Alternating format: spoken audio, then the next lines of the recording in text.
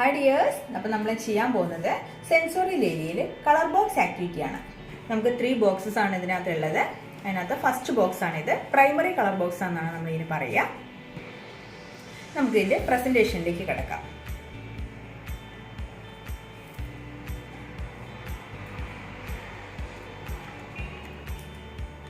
3 fingers color tablets wallet side mix and match position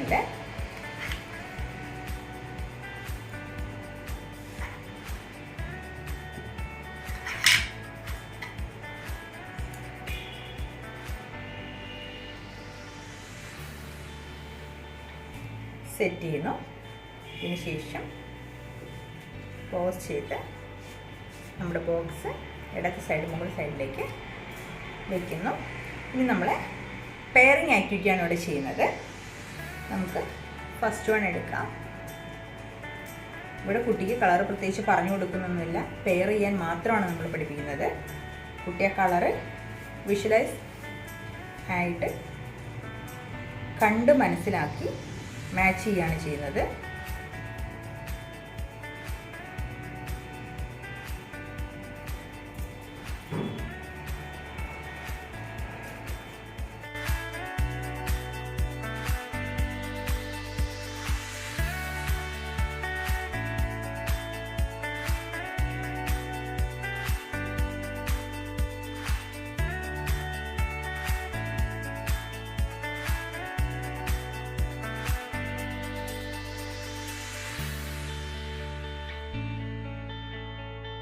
yellow, blue, red ഈ 3 കളേഴ്സാണ് primary colours എന്ന് പറയുന്നത്. അപ്പോൾ നമ്മൾ ഈ പെയറിംഗ് ആക്ടിവിറ്റി കഴിഞ്ഞിട്ടുണ്ട്.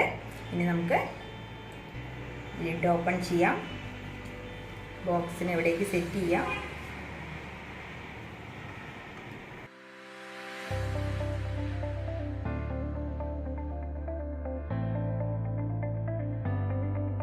അപ്പോൾ നമ്മുടെ ഫസ്റ്റ് പ്രസൻറ്റേഷൻ ഇവിടെ കംപ്ലീറ്റഡ് ആണ്.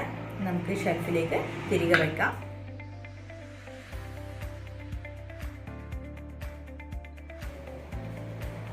പ്രൈമറി കളർ ടാബ്ലറ്റ്സിൻ്റെ സെക്കൻഡ് പ്രസൻറ്റേഷൻ ആണ് നമ്മൾ ചെയ്യാൻ പോകുന്നത്. ഇത് 3PL മെത്തേഡിലാണ് നമ്മൾ കൊടുക്കുന്നത്. 3PL മീൻസ് 3 പീരിയഡ് ലെസൺ എന്നുള്ളതാണ്. നമുക്ക് ലിഡ് ഓപ്പൺ ചെയ്യാം.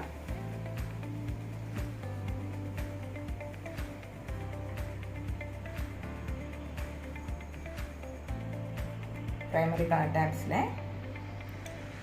3 ഡിഫറെൻറ്റ് ടാബ്ലറ്റ്സ് നമ്മളെടുത്ത് ഇവിടേക്ക് സെറ്റ് ചെയ്യുന്നു.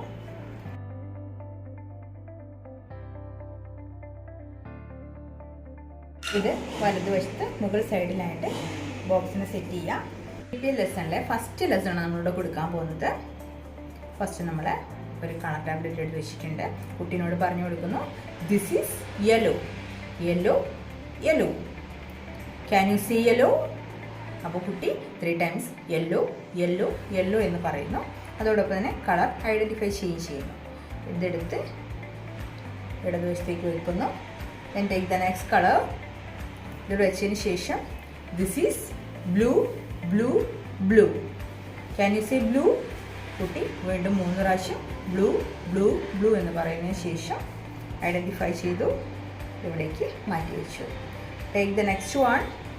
ഇത് വെച്ചതിന് ശേഷം this is red, red, red. 3 times നമ്മൾ പറഞ്ഞു കൊടുക്കുന്നു.